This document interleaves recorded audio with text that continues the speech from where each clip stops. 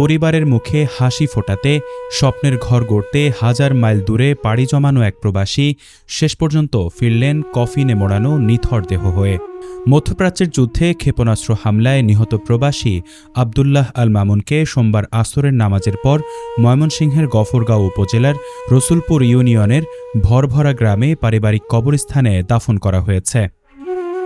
দীর্ঘ ২১ দিন পর মরদেহ ফিরে পাওয়ার পর থেকেই বাড়িতে শোকের ছায়া নেমে আসে।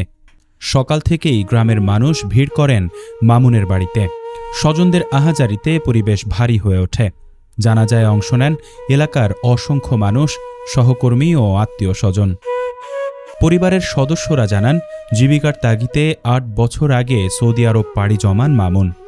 স্বপ্ন ছিল দেশে ফিরে পরিবারের জন্য একটি ভালো বাড়ি করবেন, কিন্তু সেই স্বপ্ন অপূর্ণ রেখেই তাকে ফিরে আসতে হলো নিথর দেহ হয়ে। আর মুসলমান হিসেবে আল্লাহর কাছে আপনারা সবাই বাংলার জন্য দোয়া করবেন। এর বেশি আমার কিছু বলার নেই, সবাই দোয়া করবেন। মুসলিয়ান গত 17 মার্চ সৌদি আরবে ইরানের মিসাইল হামলায় সে আহত হয়, পরবর্তীতে সে হাসপাতালে মৃত্যুবরণ করে।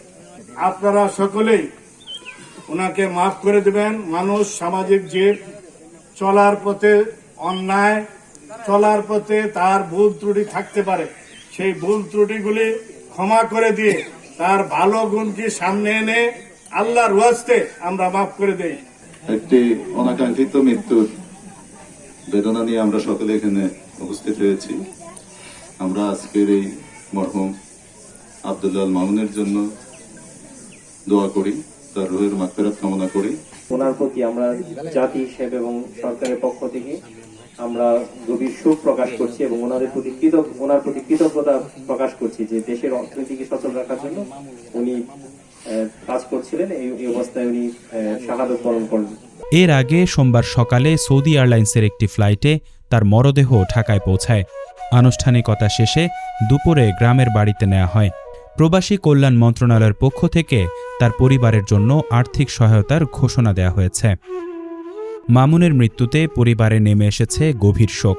তার বাবা, মা, স্ত্রী ও ছোট সন্তানের কান্নায় ভারী হয়ে উঠেছে পুরো এলাকা। স্থানীয়রা জানিয়েছেন, পরিবারের একমাত্র উপার্জনক্ষম মানুষকে হারিয়ে তারা এখন দিশেহারা হয়ে পড়েছেন।